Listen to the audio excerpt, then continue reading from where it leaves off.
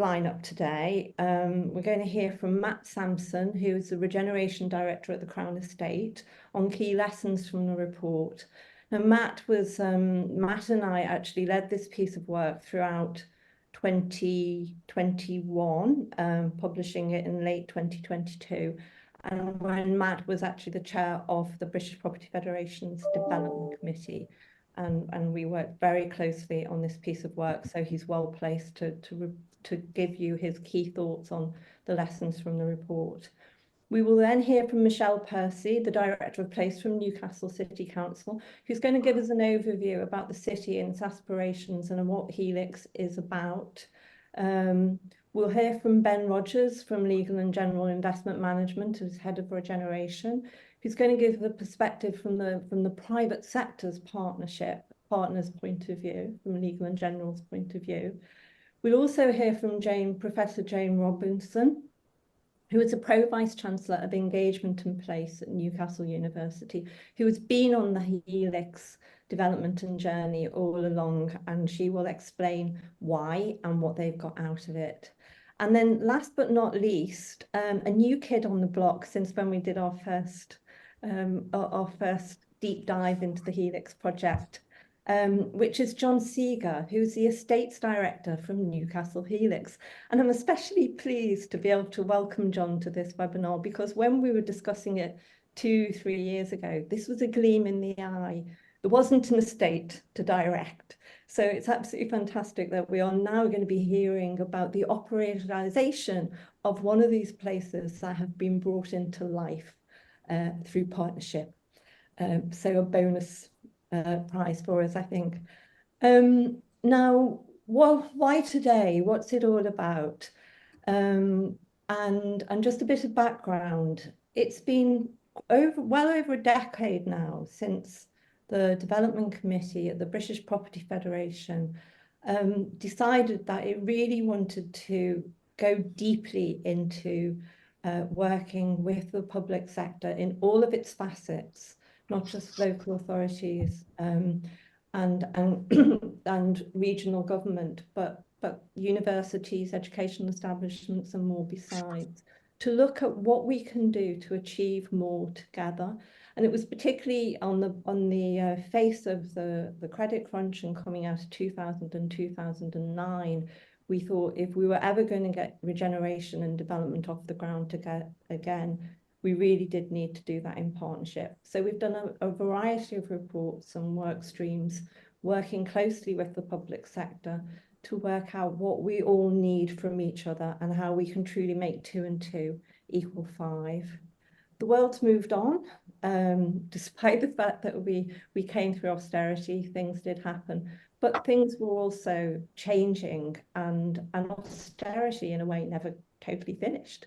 So we felt about 2 or 3 years ago, well, 3 years ago now, it would be worth looking at the conditions that we have now and what we need to do to be able to help more people work together.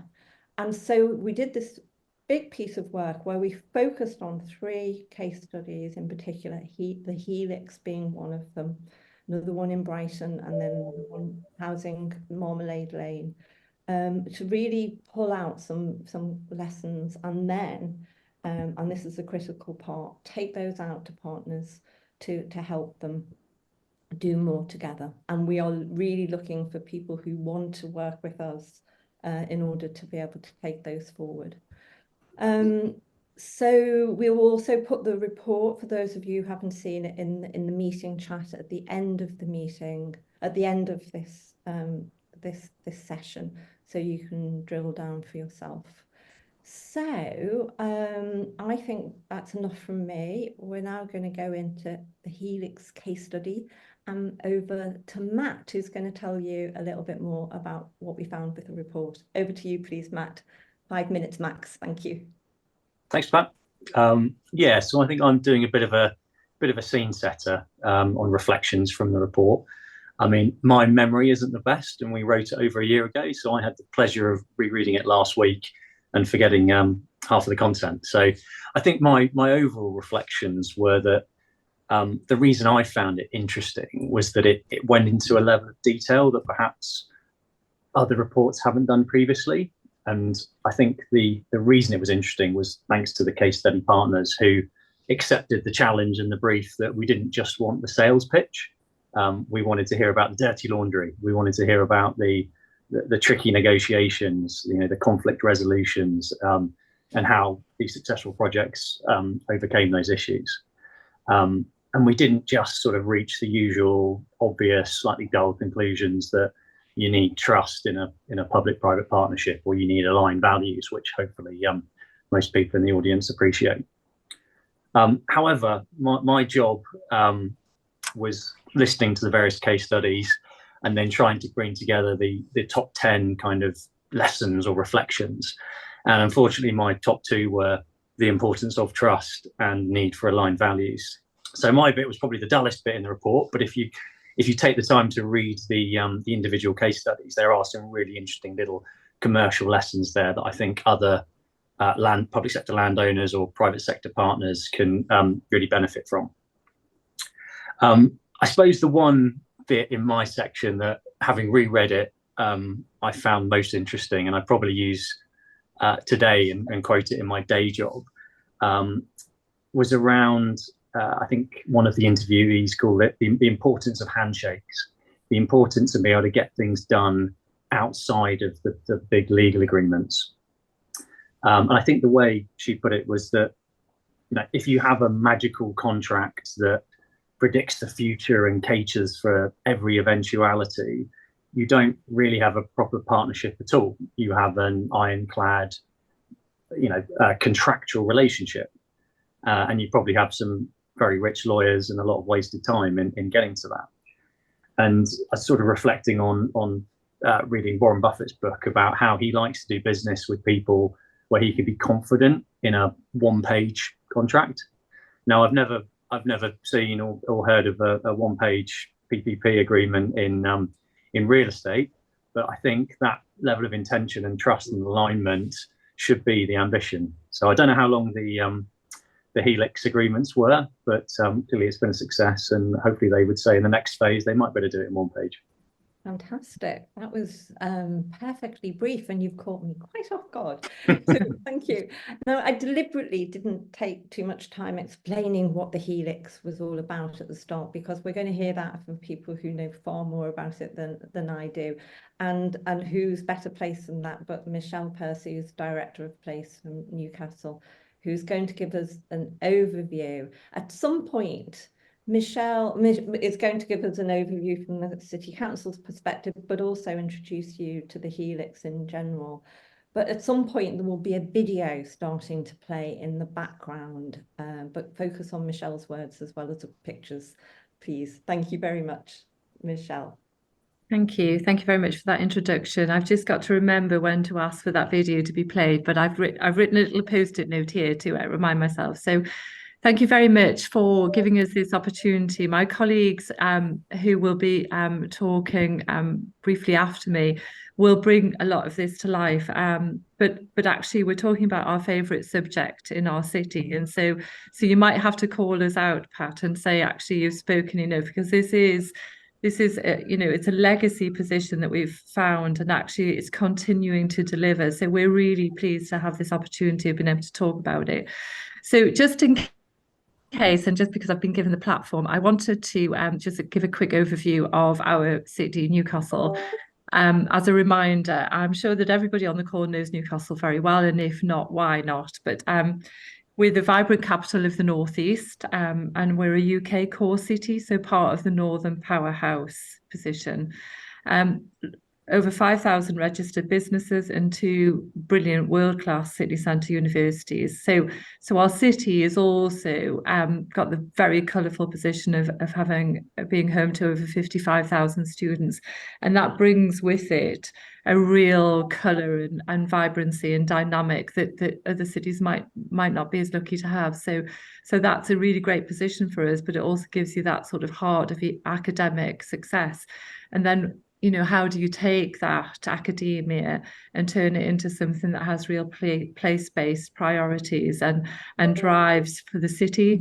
So, you know, that part of it and this partnership that we have with both Legal and General and with the university is, in my view, we talk about partnerships all over the country at core cities, but actually I have to say that this is one that is the gift that continues to keep giving, because the work that we started, and you talked about it, Pat, about, you know, 3 or 4 years ago, and beyond that, you know, 12 years ago, when it was just talking about a science city development.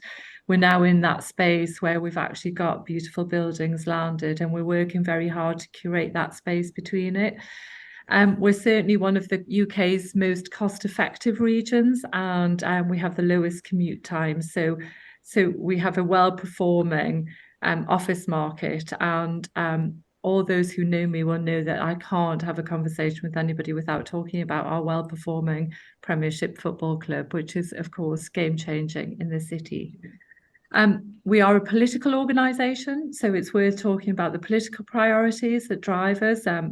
Those are tackling poverty, concentrating on the cost of living crisis, a net zero action plan, and getting the basics right. So, you know, going back to what is right in the neighbourhoods, what are those priorities, and how does a core city like Newcastle drive economic growth through using the research that we've learned, but also commercialising that into something that really makes a big difference to people's lives.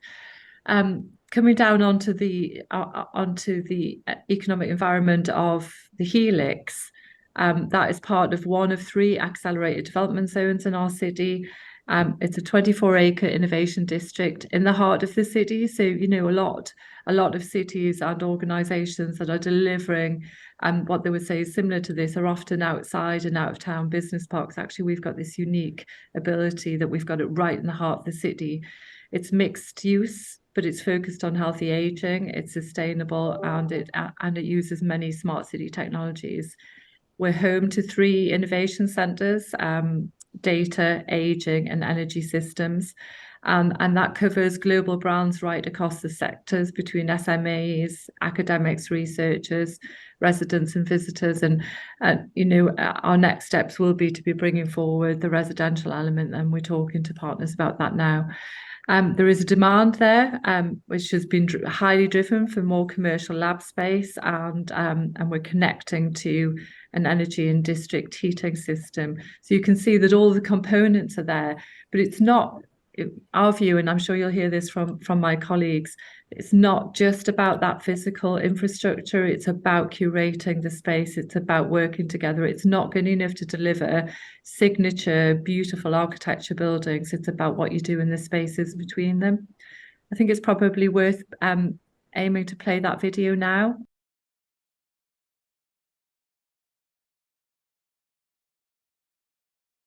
So we do know that well done place-based impact investment can deliver positive measurable environmental and economic results. And so we know that, and it's about the data that we capture that effectively delivers that, and how that is, what our KPIs are, what the diverse community alongside it is getting out of it, who are the representatives, who are the investors, and whether it's public or private.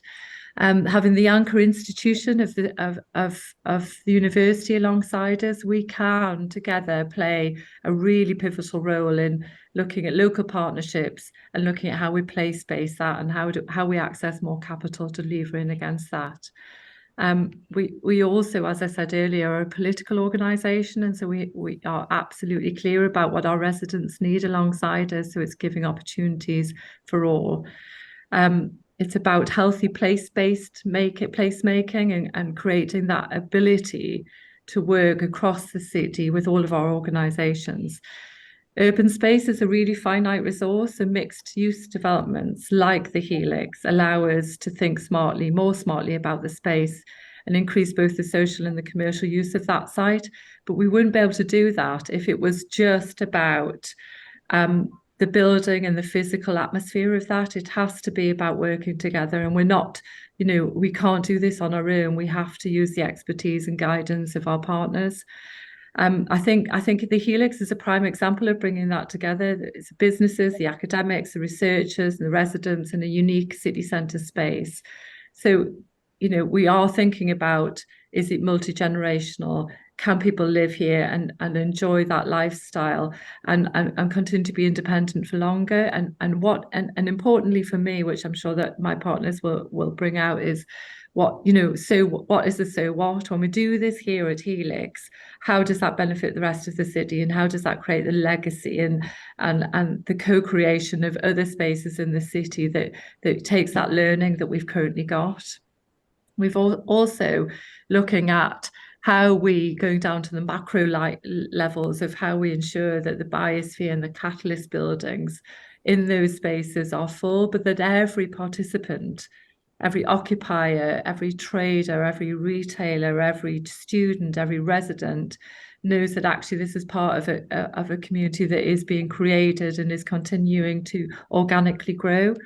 And I think what's, for me, I guess the main importance of that is, how do we ensure that we continue to keep telling the story? I think there are far too many positions of great public space and public realm created around great signature architecture buildings, and then, you know, job done, dust off your hands and off you go. It's actually, how do we continue to work together, and, you know, bringing on the focal point of an estates director, that single point of contact who is tasked with those KPIs, ensuring that Jane at the university and her partners and the academics that she represents absolutely understand that their R&D is being used in a way that really impacts people's lives.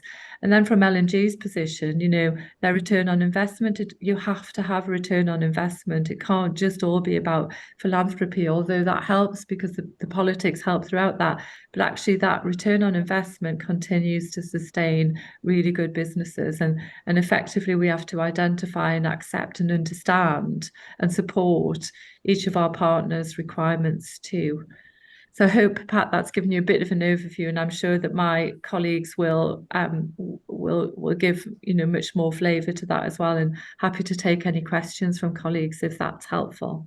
That's perfect. Thank you very much. And in case anybody thinks that Michelle overshot her 5 minutes, we did actually want her to speak for 10, and that was perfect scene setting, Michelle. Thank you. And you referenced those partners. So let's move on to one of those. And Ben Rogers from Legal and General Investment Management, over to you, please. Thank you very much. Great. Thanks, Pat. Just realised actually sitting in a meeting booth with a grey jumper and a grey background probably isn't the best, but it's working. It's just about working. I'm a bit of a floating head, but we'll work with it. You've got a colourful personality. Thanks. Ben. You've got a colourful personality. Thank you. I just wanted to sort of fill in a bit more on sort of, you know, Michelle has really outlined everything very, very eloquently there. From the L&G perspective, sort of if we go back to sort of the day one of this project, you know, when we came into this back in sort of 2016, this was sort of a cleared site in the middle of Newcastle, and it was, you know, a grand ambition, amazing looking master plan, and it was like, okay, how do we make it work? How do we get it going? It was known as Science Central at the time. There's a real focus on the university and the council bringing forward things, but it needed a bit of a push, and so we quite quickly realised that there was a real genuine ambition here to actually create a different type of partnership that sort of went beyond individual partners, that was actually, you know, more than the sum of its parts, and everybody was like equal, and the city was the thing that was being prioritized. And that was really fantastic looking at, particularly given the scale of the ambition and the challenges, particularly when it comes to things like viability. And the task really was to sort of to help to grow both in terms of sort of economically, but in terms of place as well, and create somewhere different that hadn't really been done in this kind of partnership structure before. And that really was, you know, testament to everybody, particularly, you know, the council and university, sort of, who were really brave in the decisions that sort of went behind that. And we created this partnership that, you know, I say started out with an idea around innovation and science, but actually then organically grew through sort of ideas coming through the partnership and time and things that were sort of changing into a real place, a real pedestrian focused place, a real area that was sort of driven by sustainability, around a district energy centre that was providing everything from heating and cooling to sort of electricity as well. At the heart of it, put the people in the place first, ground floor activations, created a real sense of community, and also not giving dominance to any one use in terms of that mixes across the site. So that sort of set the scene. When we sort of got involved, we were hopefully there to deliver 2 office buildings to help create the kind of building stock in the city that would attract the investment that hadn't been sort of economically viable for the previous sort of generation. And it's, and it was to a certain degree, there's a bit of a risk. And as Michelle said, I mean, we do have to represent our shareholders, but the way that L&G can look at this, we do have different pots of capital that can take short-term risk and long-term risk, and working that together in this example has been incredibly successful because we can take that longer term view and grow the value, and economically it has, it's attracted some fantastic companies. And it also works symbiotically with the university as well, in terms of ideas coming out of the university, sort of scaling up and creating places for those people to go. And obviously with the council, with the biosphere, and creating some of those sort of high tech lab spaces. We're about to get to the next phase when it comes to some of the residential offering on site, and that will really help to cement that place, with a hotel as well. So I think for us, it's been a fantastic journey. We started this, at the end of 2016.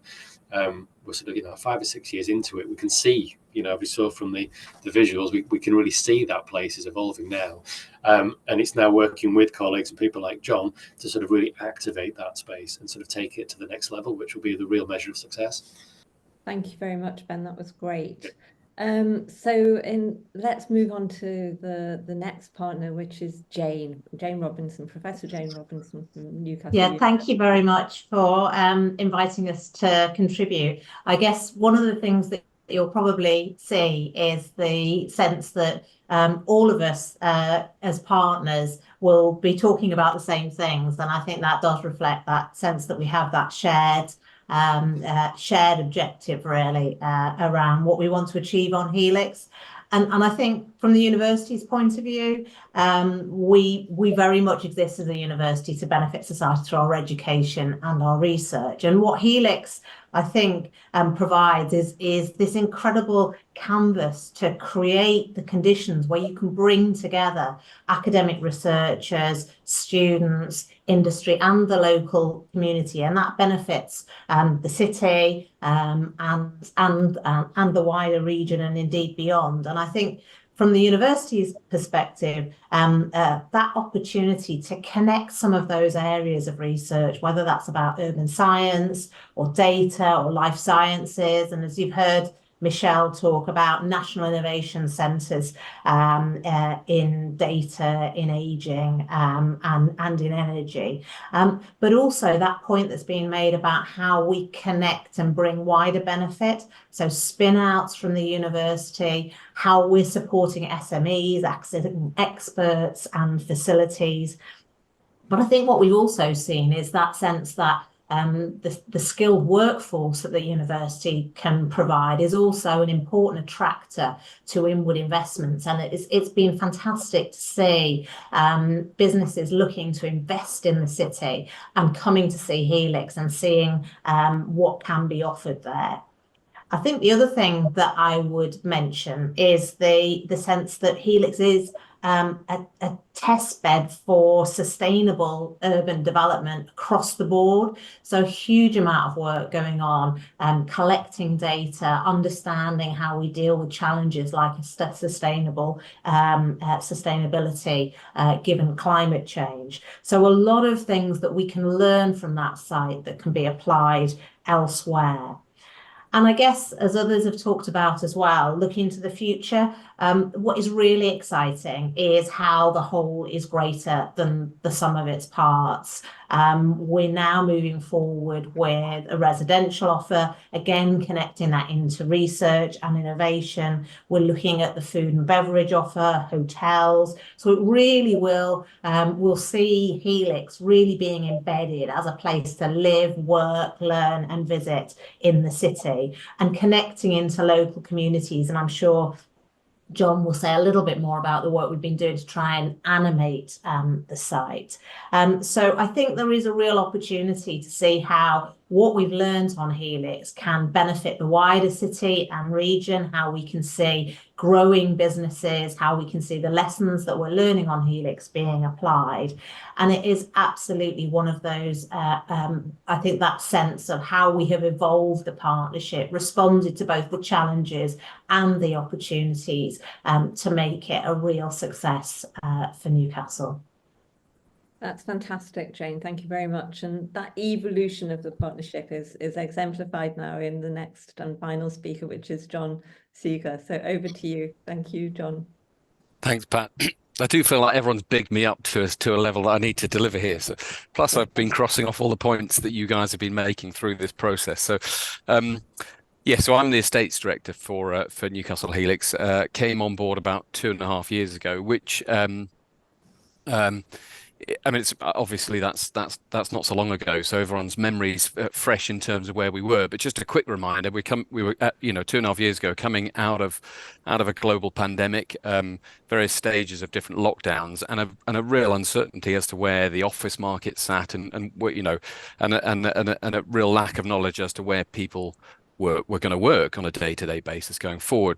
So. Off the back of that as well, a considerable amount of the development had started on site just pre-COVID, and didn't really pause at any pace through that process. The developments carried on. So this incredible master plan really developed at speed through that couple of years, to an extent that most people weren't aware of it because they weren't coming out of their houses and weren't looking and seeing it. So, and as Matt said right at the beginning, often the contracts which are put together as a process of a public-private partnership set out the ways and means of which you're going to embark on the development side of things, how you draw down land, where the funds are going to come from, and things like that. But they don't really pre-think where you're going to get to, and they certainly don't pre-think a global pandemic and its impact on the progress of that. So my remit really has been to kind of bring the existence of Newcastle Helix into everyone's presence of mind. Physically, this is what exists here. Have you had a look recently? I think I used to use the line at one stage a couple of years ago. Something like if you brought 90% of the population sort of to the site with a blindfold around them and took it off, they wouldn't be able to guess where they were because things had emerged so quickly. But actually, when we started working on the site, my colleagues have talked about the importance of the various elements, particularly the university and the national innovation centres, the emergence of the life sciences industries and things like that. What we have here and already had was a number of SMEs involved with green energy and tech and those sorts of things.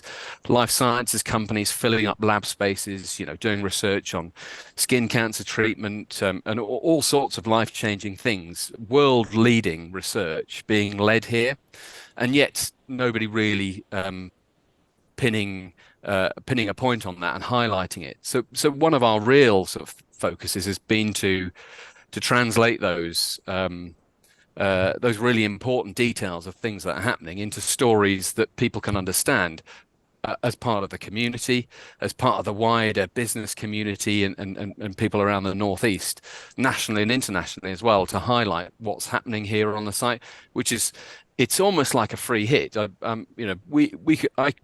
We now get calls on a regular basis from local authorities around the UK, other research institutions, other investors, developers. Can I come and have a look at the brilliant work that's happening on the site? And what's so fantastic is there's no spin on this. We can take people to see the fantastic things that are happening on the site, and it's a joy to be part of that. And one of the things that's been brilliant is that all the partners completely accept that there's no particular rule book for doing it this way and showing the progress on the site.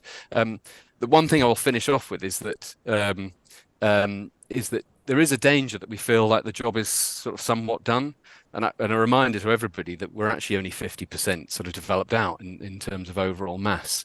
The master plan itself is clever enough that it feels like there's a coalition of buildings around here that make it feel complete, although it's not yet. So we've got so much more to do, and I think that's the important thing that we are focusing on now. And Jane alluded to it. If Newcastle Helix only ever exists as an oasis of really clever people who come and wear their white coats and do research and work together, and it doesn't impact on the wider communities, then we will have failed at that critical part. And so that's part of what we're really trying to do. The stories that emanate from the site, the things that we're highlighting, the groups of school kids that are coming onto the site and experiencing the things that are happening here, the sixth form visits that we're doing around the site and introducing them to companies and facilitating work experience and all those sorts of things are the real opportunity, creating a horizon of breadth of opportunity that people can begin choosing their academic choices, their career choices, and then turning around to their friends as well and saying, do you realize this is what's happening here, or that's happening, and that's what I want to do. And that's the really exciting thing. And I think that's for me, that's where all of the partners come together and perform at their best. Thank you so much. That was fantastic to hear that from your perspective. One of the things, thank you to all of our speakers. It was really great overview and drilling down into some of the things which I suspect has left people with some questions. One of the things that we wanted from the roundtables, and we were very fortunate, Matt and I, to get, was complete honesty from the partners. And the warts and all of the experiences that people were having. And one of the things we were left with was an embarrassment of incredible quotes. We were really trying to willow down how to distill the gems that we got from people, and just one of them, which is redolent of a lot of what people of all of the speakers have been saying. Came from Jane. Parity of esteem and equality of partnership were important to finding solutions and compromises, as there were no junior partners. And another one from Ben Rogers was about how the importance of the rebranding of the project from Science Central to Newcastle Helix shows in no small part why the project was successful. It was a move away from one party's aspirations to place greater emphasis on the importance of collaboration. The four parts of the quadruple helix being the university, the public sector, the private sector, and the local community. And that's what we've been hearing about throughout all those the contributions to date. Now, Matt, I was struck by what you were saying about the importance of the contract, because we kept hearing that in the people in the 3 detailed case studies we were doing. So much of this is about trust and how you actually work through, bearing in mind one of the reasons we've done this work and this report is to help other people do it. And what we kept hearing from the 3 detailed case studies was so much about the personalities and the trust and the way those sort of very subliminal things were created in order to be able to move forward in the way that you did. And so you talked about the Warren Buffett one-pager, and Jane, where is it? Michelle was talking about really understanding what's in it for the partners, good understanding and support. So I wonder, could you all talk about what is that secret source of actually you think enabled you to have trust in this project, in each other as you went along, and keep this iterative conversation going to create what you've achieved? Ben? I was hoping you weren't going to come to me first. There we go. I'll have a go. I think sort of going back to what we said at the start. I mean, the personality is a good point there, because it was really, and I don't know if it's just the particulars of this partnership, but actually there was a real genuine ambition about what Helix could be, or Site Central's original was, for the city. And I think it wasn't sort of, I think what struck us at the time was it wasn't sort of the university saying we're going to build some, academic buildings here or research buildings, and everything's going to go around us, or that we're there in isolation, or the council say we're just going to help to facilitate for economic regeneration. It was a genuine, there's a real opportunity here, and I know I mentioned it earlier, but there was a genuine lack of ego in the room, lack of, and a real bravery around how that actually played through into, the sort of the structures that we managed to work together on. Because I mean, from a pension fund perspective, we had to really consider about, this is long term. Regeneration doesn't happen overnight. We have to believe in the story and what we're actually trying to create here. And I think it was an easier journey ultimately than we thought it would be, just because actually it was seen that the real enthusiasm and the real passion that everybody was, this is what we need to do, and this is what the outcome hopefully will be for the city, really sort of came through loud and clear. And I think that together, I mean, it might sound a little bit woolly, but it's, without going into a lot of legal detail, that's kind of ultimately what the ambition was. And L&G from our board, really, really believed in that as well. Thank you. And Michelle also talked about the unapologetic nature of the City Council about its list of asks. Is part of this that you believed in those asks, what the city wanted out of this for its residents? I think yes, I think that is unapologetic, because we have to set out our framework for what we would like to see delivered, but also it helps us as partners, all of us as partners, deliver against them. So you set out the stall, now we're delivering against them. And Matt talked earlier about some of those benefits, or consequential benefits, and the impacts of those. And actually, I call them what are our banana skins, but actually we end up saying, well, that perhaps didn't come across as well as it should. The engagement for myself, and I know Dane feels this very keenly.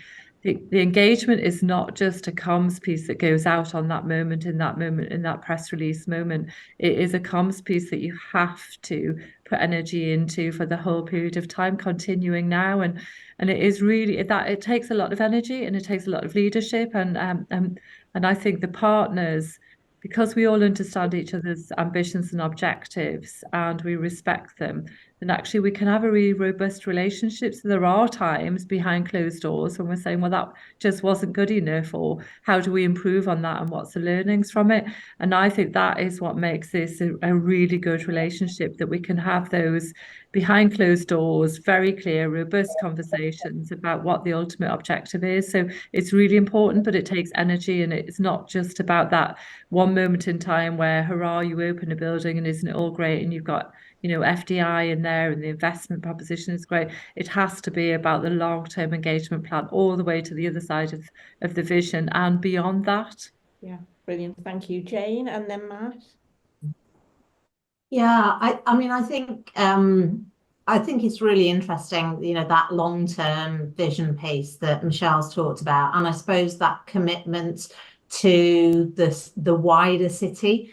I don't think any of us see Helix, if you like, as a kind of hermetically sealed site. We see it as part of the wider engagement and contribution to the city and the world, and at an institutional level. Our commitment is sort of woven into our organisations at different levels, which I think is really important, because a lot of people have talked about sort of personality and individuals, which are really important, and having that sort of personal sort of trust that we talked about. But you also need to make sure that the relationships survive if people move on or change roles. And I think that, you know, one of the things that's been quite important in this relationship is that sense of sort of institutional continuity and institutional memory, because we've been on quite a long journey with this. So I think those, having some of that sort of embedded in key parts of the organisation has been quite important, and that kind of wider sense that this isn't, you know, a project, it's part of a sort of wider engagement and contribution to our place. Thank you. And I also think that one of the secret ingredients of success is the commitment to the wider city and the world. I love that. So thank you. Matt? Yeah, just a couple of general reflections on your question around sort of building trust and building on what Jane said. I mean, I think it is, as much as you need the long-term institutional continuity with relationships, I think the value in, you generally build trust with individuals, with teams, with people, more than like a brand name or a company. And I think sometimes that gets forgotten, where some public sector partners, for example, they get wowed by a big name and they think, oh, they've done great things. But if you've not got the right people that you trust and you're relying on kind of historic projects, you know, you might be trying to, you know, square peg, round hole sort of these things, where they're not actually the right partner, or they're not quite as flexible and they don't work as well for you, but you just think the brand is trustworthy and they'll do a great job. So I think really prioritizing the individuals you're planning to work with for the next, hopefully 5, 10, 15 years on some of these big PPP projects is important. And just one other from the list we did about general reflections was, I just think the benefits of the courting period sometimes get forgotten, because people want things done yesterday, particularly when there are political and financial cycles that are quite short these days. And, you know, procurement is a tricky word when you're in the private sector, and it's a lot of bureaucracy and a little bit tedious. But what it does give you is that time to properly get under the skin of things before you commit. So, you know, going on study tours, having some slightly more open workshop type sessions to really understand different priorities, different sort of drivers, because it's, you know, it takes a long time to unpick these things once you've set down a course. So a little bit more time at the front end, I think, is generally quite valuable for the trust building process. Thank you very much, Matt. That was one of our sort of key takeaways, wasn't it? It was about choosing partners well, was one of your key findings. John, you came into this relationship quite later on, and how does it feel for you in terms of, you know, what was the baton that was passed on to you, and what do you feel your role is in this sort of continuity and the next stage in terms of success? Well, it's interesting. I mean, my background is a quarter of a century in investment development and regeneration partnerships.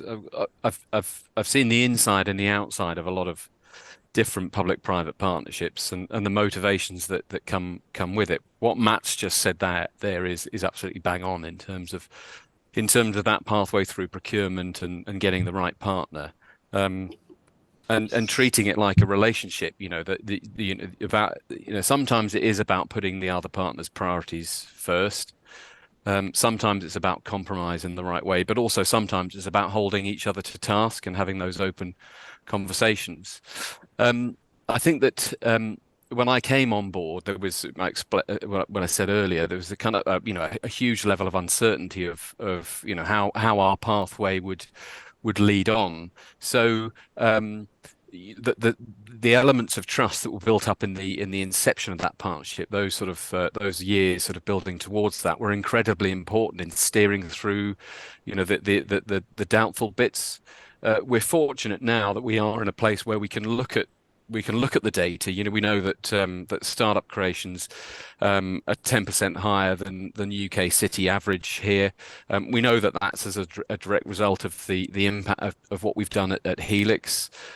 We can see that there is a diversifying economy on this estate and wider in the city as well. You know, we can point to the existence of Helix as a result of that. So I think it's really important that we have that sort of data, so that as partners we can pat each other on the back and recognise the part that we've performed in that. And I think it's also, I think that probably the part that I've performed through this process um, was renewing the vision, picking up the baton of the strength of what was originally there, which Ben said was a science city, and it evolved into the innovation district and the notion of the quadruple helix.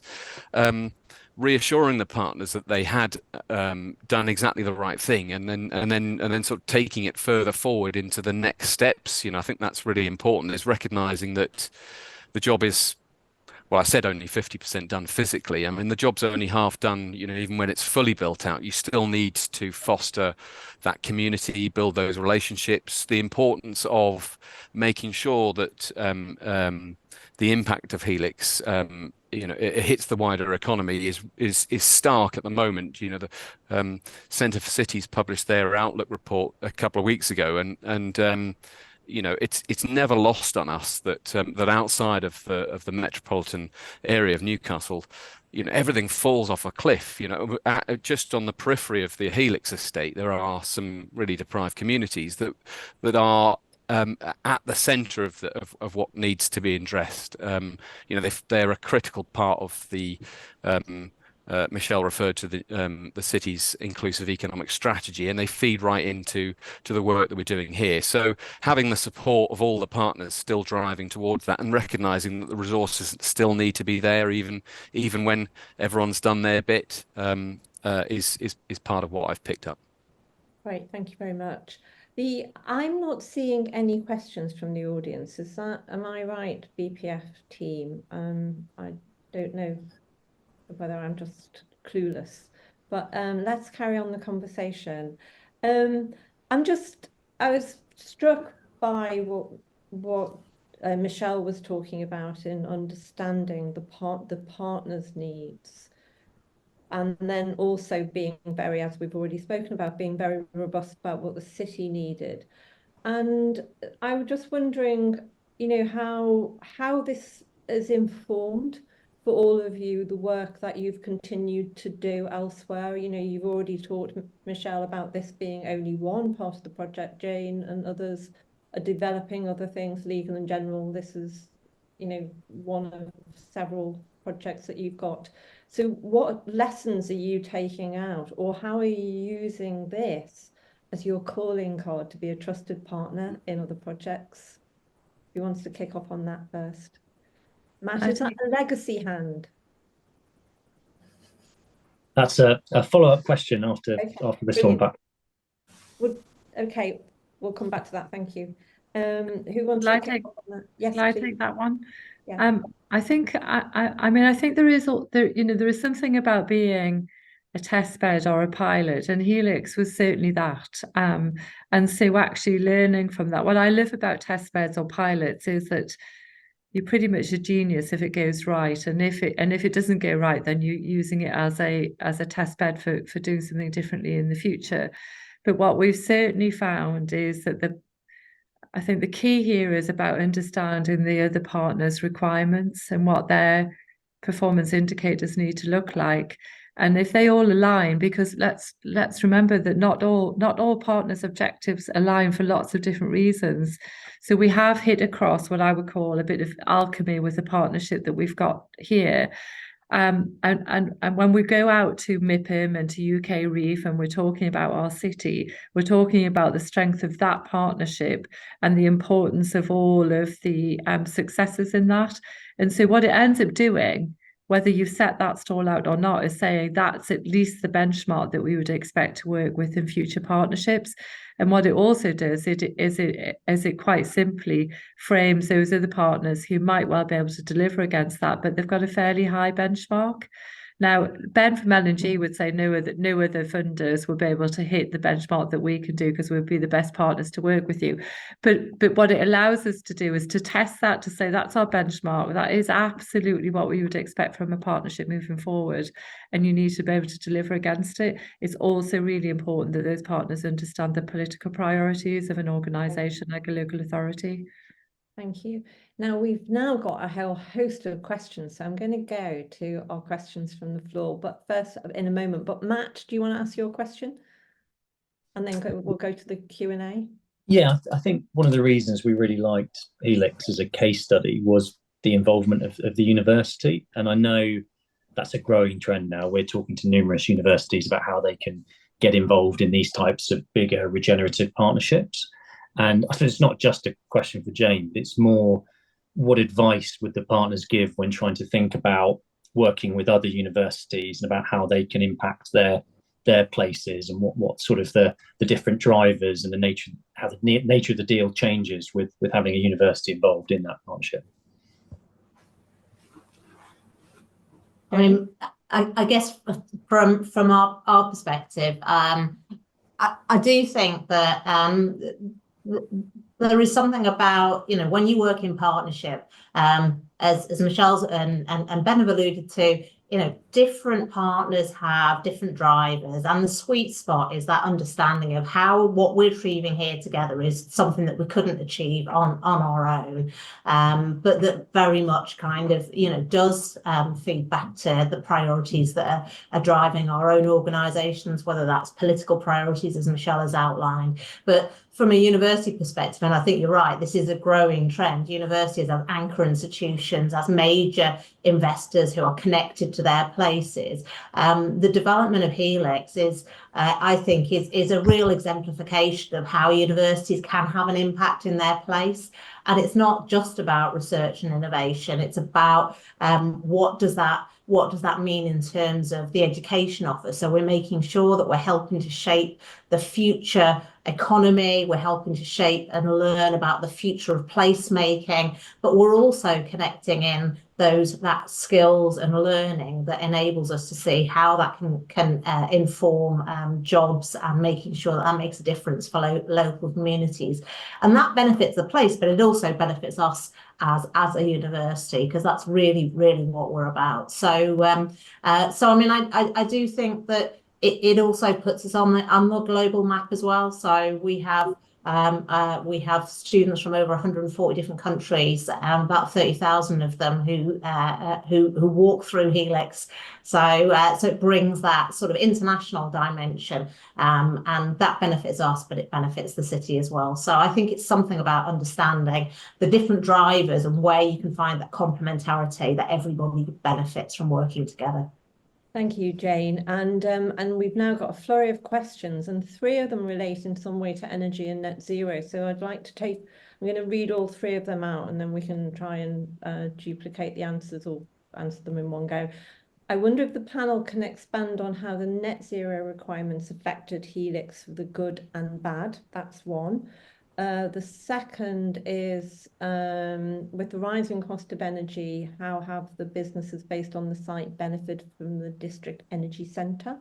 That's 2. And then the third, in this category, please can you comment on the leases signed by the businesses based on site? Do you have green clauses built in the lease in terms of energy data sharing or any of the KPI targets? So who would like to kick off on those, on the energy net zero story, please? John, is that can I be the director and direct that to John, please? Yeah, I was just yeah, definitely best place to answer those, and we can chip in, but the majority of those we've had, they're absolutely ideal questions. We've had them similarly before, so if you don't mind, thank you. No, not at all, John. Yeah, that's so I can't comment with complete clarity on the evolution of the district energy centre, because that was before my time. So colleagues, feel free to jump in and correct me on those elements. But what was very clear at a very early stage was the importance of creating a district energy network that would perform an inherent part of lowering the carbon footprint for the city and the site itself. And so the district energy centre that is built is currently gas powered at the moment, provides heating and power to the wider site. Now that most people's immediate reaction to that is that, well, how can you be meeting your net zero targets with that?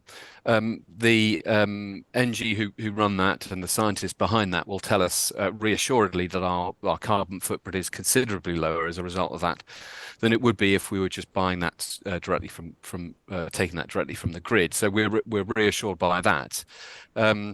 This is quite topical actually, because we had an executive group meeting last week and we had an update as the progress to moving towards alternative energy sources to drive that district energy centre in the future. And there's a lot of work going on in the background, sort of to do with river water and ground sourcing heat and those sorts of things, that is above my pay grade to go into any detail at the moment. But I think that the common consensus is that we needed to do something at an early stage and start evolving that, and then keep that as part of the future ambitions of the site. So as Michelle has just said, this is a test bed. Sometimes we get things right, sometimes we get things wrong. In forms of the district energy centre, we're really proud of it, and it forms an inherent part of what we do here, and we are continuing to work on making it better. Great, thank you very much. And moving on to the other questions in the interest of time, you touched on the evolution of the district and its branding over time, but has this evolution been influenced by lessons learned from other public-private partnerships and other similar development master plans? And then I'll go to the last point. Fantastic, thank you. From a wider conurbation perspective, those partnerships can be more challenging where the economic direction is less predictable, either in direction or time frame. How do you develop those PPP development relationships where there is greater focus on the art of the possible and potentially greater risk reward? That's quite a complex one, but which I hope we've been answering along the way as well. Who wants to kick off on the branding, the evolution of the district and its branding, learning from elsewhere? I can take that one. Yeah, please. Just because I was involved through that process, and I think the sort of the genesis of that was, as we sort of mentioned a bit earlier in the session, around how the scheme started out as being Newcastle Science Central, and it was driven around that sort of innovation, science, life science, a lot of great ideas. But as we sort of evolved and the master plan evolved and we started thinking about the place and how it becomes a destination and people use those places, it became apparent that actually if people come to live on the site, and we would have 700 apartments and homes across the site, living in Newcastle Science Central is a slightly strange idea of a brand, because obviously it's very much driven almost by a lot of the stuff that the university was doing, economic regeneration and drivers and growth in that sector. But we want to try and convey a sense of that, but also create a welcoming place. And so creation of brand and awareness, and how we can kind of really make people, nationally and internationally aware of where we're going to be, was really sort of paramount to that. And so each of the three partners fed into a process about how we look at that and what we were trying to say about the place we were creating, and the fact that it was a destination, a place for people to be and to grow and to learn and to study and to work and everything. And effectively that's how we evolved from where we were into the new Helix. And obviously some of the things that John was saying about how we're sort of now creating that base for the future, it's a really solid base for that, in terms of it's a really identifiable brand, and I think will set us in good stead. So we've learned through that, and obviously that will be that's applied elsewhere as well. But I think it was a really interesting journey to get to where we got to. Right. There's a few more. There's one that I've read out that we're not going to get to now because we're a minute before ending, which is about the art of the possible. And then there's another one from Rob Horsfall on the key components of commercial success, and are your developments shaping the demand, or is demand shaping the developments? I'm sorry we can't get to those last two.